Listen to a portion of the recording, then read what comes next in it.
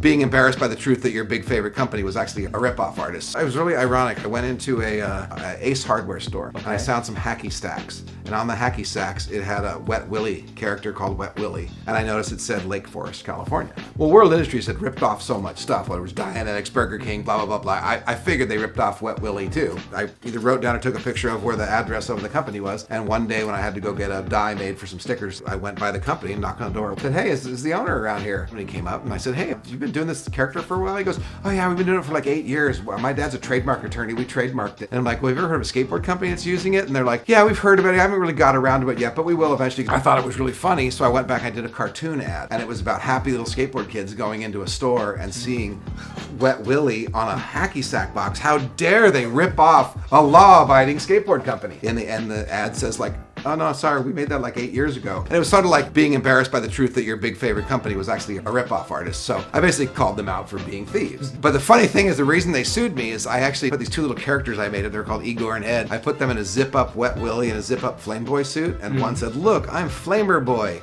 And one said, look, I'm Wet Wussy. And they sued me for libel. You know, they claimed trademark, and they said, in the macho world of skateboarding, you know, it's a slanderous thing calling our characters Wet Wussy and Flamer Boy. They ended up having to pay $1 million plus to the guy who owned Wet Willy. It's like, just fucking write him a check. I want to go golfing.